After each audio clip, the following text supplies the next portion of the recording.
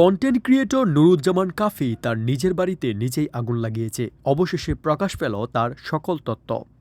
ধানমন্ডি 32-এ আমি ছিলাম।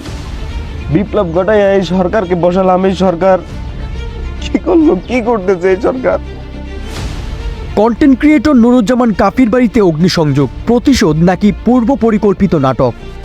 সর্বশেষ যে তথ্য পাওয়া গিয়েছে সেটা জানার পর আপনার চোখ কপালে উঠতে বাধ্য হবে। সামাজিক যোগাযোগ মাধ্যমে তোলপাড় সৃষ্টি করেছে কন্টেন্ট ক্রিয়েটর নুরুজ্জামান কাফির বাড়িতে অগ্নিসংযোগের ঘটনা। এ নিয়ে নানা বিতর্ক তৈরি হয়েছে, যেখানে এক পক্ষ দাবি করছে আওয়ামী লীগের নেতাকর্মীরা প্রতিশোধ নিতে এই হামলা চালিয়েছে, অন্যদিকে অনেকে মনে করছেন এটি পূর্ব পরিকল্পিত একটি নাটক। সম্প্রতি গণমাধ্যমে দেওয়া এক সাক্ষাৎকারে নুরুজ্জামান কাফি নিজেই স্বীকার করেছেন যে তিনি বঙ্গবন্ধুর বাড়িতে হামলা ও ভাঙচুরের সময় নেতৃত্ব দিয়েছিলেন। তার এই বক্তব্যের পর থেকে আওয়ামী লীগ সমর্থক মধ্যে তীব্র প্রতিক্রিয়া দেখা গিয়েছে। এর পরপরই তার বাড়িতে আগুন লাগানোর ঘটনা ঘটে, যা নিয়ে রাজনৈতিক অঙ্গনে ব্যাপক আলোচনা শুরু হয়েছে। পেয়েছি যে কিভাবে আগুনের সূত্রপাত হলো, বিশেষ করে যেই জায়গা থেকে হয়েছে, যেটা আমরা ধরছি যে স্পার্কের কারণে, সেই জায়গার সেই ভিডিওটা আমরা পেয়েছি।